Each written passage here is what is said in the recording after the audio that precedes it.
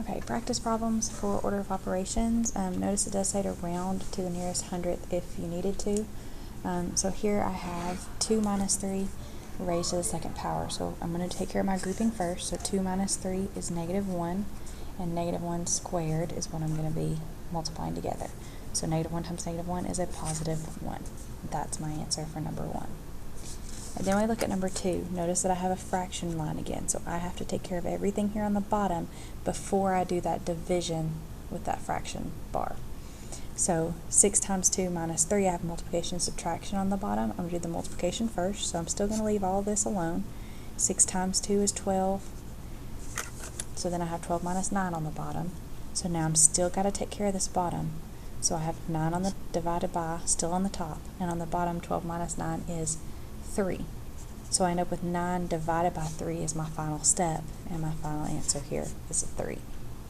Again, if you're having questions and you're unsure about that, the step-by-step gets a little bit more complicated when we start adding in other types of grouping. Make sure you come and talk to me and I will gladly help you with that.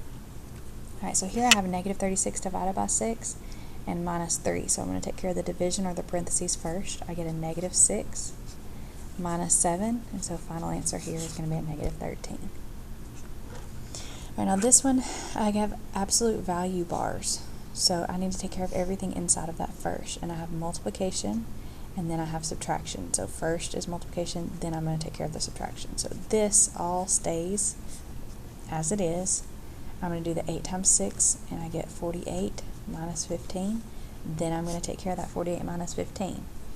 And I'm going to get 33 when I do that.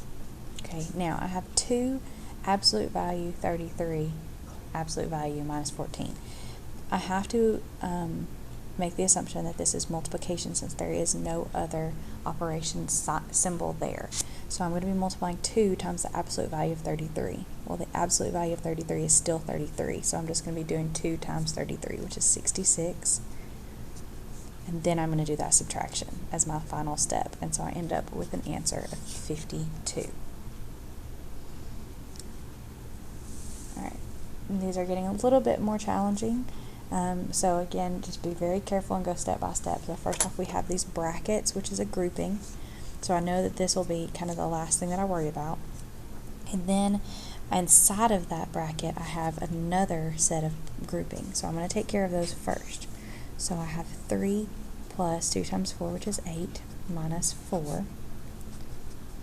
Okay, then I have addition and subtraction, so I can go left to right. So I'm going to do 8 plus 3, which is 11.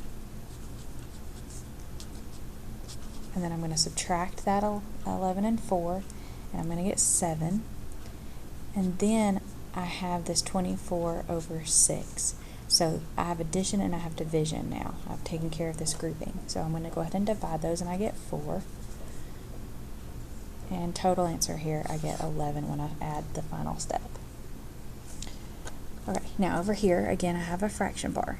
So I have to take care of everything on top and everything on the bottom separately, and then I can divide them. So I'm actually going to break this into 2 separate ones. So first off, I'm going to have 2 minus 12 squared multiplied by 4.